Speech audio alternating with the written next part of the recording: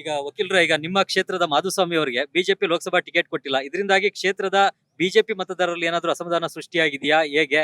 ಸ್ಥಳೀಯರಿಗೆ BJP ticket ಕೊಡಬೇಕಾಗಿತ್ತಾ? ಸೋಮಣ್ಣವ್ರಿಗೆ ಕೊಟ್ಟಿರುವಂತದ್ದು ಸರಿಯಾಗಿದೆಯಾ ಹೇಗೆ? ನೋಡಿ, ಮಾಧುಸ್ವಾಮಿ ಅವರಿಗೆ ಭಾರತೀಯ ಜನತಾ ಪಕ್ಷದವರು ಟಿಕೆಟ್ ಕೊಡಬೇಕಾಗಿತ್ತು. ಮಾಧುಸ್ವಾಮಿಯವರು ಅವ್ರದೇ ಆದಂಥ ಒಂದು ವ್ಯಕ್ತಿತ್ವವನ್ನು ಇಟ್ಕೊಂಡು ಸಮರ್ಥ ನಾಯಕ, ಪಾರ್ಲಿಮೆಂಟಲ್ಲಿ ಒಬ್ಬ ಒಳ್ಳೆಯ ಸಂಸದೀಯ ಪಟುವಾಗಿ ತಮ್ಮ ಕರ್ತವ್ಯವನ್ನು ನಿರ್ವಹಿಸುವಷ್ಟು ಸಾಮರ್ಥ್ಯ ಇರತಕ್ಕಂಥವ್ರು ಅವರು. ನಾವು ಭಾಳ ನಾನು ವೈಯಕ್ತಿಕವಾಗಿ ಭಾಳ ಆಸೆ ಇಟ್ಟುಕೊಂಡಿದ್ದೆ, ಅವರಿಗೆ ಟಿಕೆಟ್ ಸಿಗುತ್ತೆ. ಸಮಗ್ರವಾಗಿ ಕರ್ನಾಟಕ ರಾಜ್ಯದ ಹಕ್ಕನ್ನು ಕೇಂದ್ರದಲ್ಲಿ ಕೇಳೋ ಅಂಥ ಒಂದು ಶಕ್ತಿ ಅವ್ರಿಗಿದೆ. ಯಾಕೆಂದರೆ ನಾವು ನೋಡ್ತಾ ಇದ್ದೀವಿ, ಇವತ್ತು ಕೇಂದ್ರ ಸರ್ಕಾರದಲ್ಲಿ ಯಾರೂ ಸಹ ಹೋಗಿ ಮೋದಿಯವ್ರ ಹತ್ರ, ಅಮಿತ್ ಶಾ ಅವ್ರ ಹತ್ರ ಮಾತಾಡುವಷ್ಟು ಸಾಮರ್ಥ್ಯ ಇಲ್ಲ. ಇಲ್ಲಿ ಪ್ರತಿನಿಧಿಯಾಗಿ ಆಯ್ಕೆ ಇರ್ತಕ್ಕಂಥವ್ರು ಮಾಧುಸ್ವಾಮಿಯವ್ರಿಗೆ ಆ ಸಾಮರ್ಥ್ಯ ಇದೆ. ಅವರು ಹಿಂದಿ, ಇಂಗ್ಲೀಷು ಮತ್ತು ಕನ್ನಡಗಳನ್ನು ಸರಾಗವಾಗಿ, ಇತರೆ ಭಾಷೆಗಳನ್ನು ಸರಾಗವಾಗಿ ಮಾತಾಡುವಂಥ ಒಂದು ಬುದ್ಧಿಮತ್ತೆ ಇದೆ.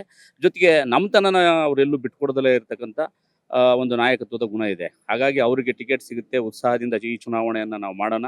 ಯಾಕೆಂದರೆ ನಾವು ಇವತ್ತು ಮೋದಿಯವರ ನಾಯಕತ್ವವನ್ನು ವಿಶ್ವವೇ ಒಪ್ತಾ ಇದ್ದಂಥ ಈ ಸಂದರ್ಭದಲ್ಲಿ ಅಲ್ಲಿ ಸರಿಸಾಟಿಯಾಗಿ ನಿಂತು ನಮ್ಮ ಕರ್ನಾಟಕದ ಹಕ್ಕನ್ನು ಕೇಳುವಂಥ ಒಬ್ಬ ನಾಯಕನಿಗೆ ಓಟ್ ಹಾಕೋಣ ಅನ್ನೋ ಒಂದು ಆಸೆ ಇತ್ತು ನನಗೆ. ಹಂಗಾಗಿ ಅವರಿಗೆ ಟಿಕೆಟ್ ಕೊಡಬೇಕಾಯಿತು ಅಂತ ನನ್ನ ಅಭಿಪ್ರಾಯ. ಈಗೇನ್ ಮಾಡ್ತಾರೆ? ಈಗ ಮಾಧುಸ್ವಾಮಿ ಅವರು ಟಿಕೆಟ್ ಸಿಕ್ಕಿಲ್ಲ. ಈ ಕ್ಷೇತ್ರದ ಬಿಜೆಪಿಯ ಮತದಾರರು ಅಥವಾ ಮಾಧುಸ್ವಾಮಿ ಅವರ ಅಭಿಮಾನಿಗಳು, ಬೆಂಬಲಿಗರ ತೀರ್ಮಾನ ಏನು ಮುಂದೆ? ನಾನು ವೈಯಕ್ತಿಕವಾಗಿ JDS ಅಲ್ಲಿದ್ದೀನಿ. ನಿಮ್ಮ ಪ್ರಶ್ನೆಗೆ ನಾನು ಉತ್ತರ ಹೇಳೋಕ್ಕಾಗಲ್ಲ. ಅನಿವಾರ್ಯವಾಗಿ ಈಗ ಮೈತ್ರಿ ಧರ್ಮನ ಪಾಲಿಸಿ ನಾವು ಬಿಜೆಪಿ ಅಭ್ಯರ್ಥಿಗೆ ಓಟ್ ಹಾಕ್ತೀವಿ. ಈ ಕ್ಷೇತ್ರದಲ್ಲಿ ಈಗ ಸೋಮಣ್ಣ ವರ್ಸಸ್ SP ಮುದ್ದನ್ಮೇಗೌಡ ಅಂತ ಘೋಷಣೆ ಆಗಿದೆ. ಈ ಚುನಾವಣೆಯಲ್ಲಿ ಯಾರು MP ಆಗಿ ಆಯ್ಕೆ ಆದ್ರೆ ಕ್ಷೇತ್ರದ ಅಭಿವೃದ್ಧಿಗೆ ಮತ್ತು ಜನರಿಗೆ ಅನುಕೂಲ ಆಗುತ್ತೆ?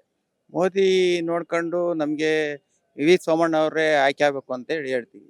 ನಮ್ಗೆ ಅಭಿವೃದ್ಧಿ ಅಧಿಕಾರ ನಮ್ಮ ಮಾಧುಸ್ವಾಮಿ ಅವರು ಟಿಕೆಟ್ ಕೊಟ್ಟಿದ್ರೆ ಇನ್ನ ತುಂಬಾ ಇದರಿಂದ ಗೆಲ್ಬೋದಾಗಿತ್ತು.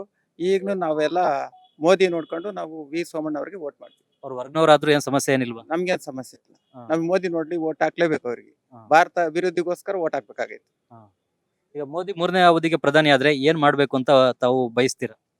ಮೋದಿ 3ನೇ ಅವಧಿ ಪ್ರಧಾನಿ ಆದ್ರೆ ಈಗ ಇಡೀ ಪ್ರಪಂಚದಲ್ಲಿ ಮೋದಿ ಅನ್ನೋ ಐತೆ. ಇನ್ನೂ ಹೆಚ್ಚಿನ ರೀತಿಯಲ್ಲಿ ನಮ್ಮ ದೇಶ ಮುಂದುವರೆದು ಹೋಗುತ್ತೆ ಅಂತ ನಾವು ಹೇಳ್ತೀವಿ.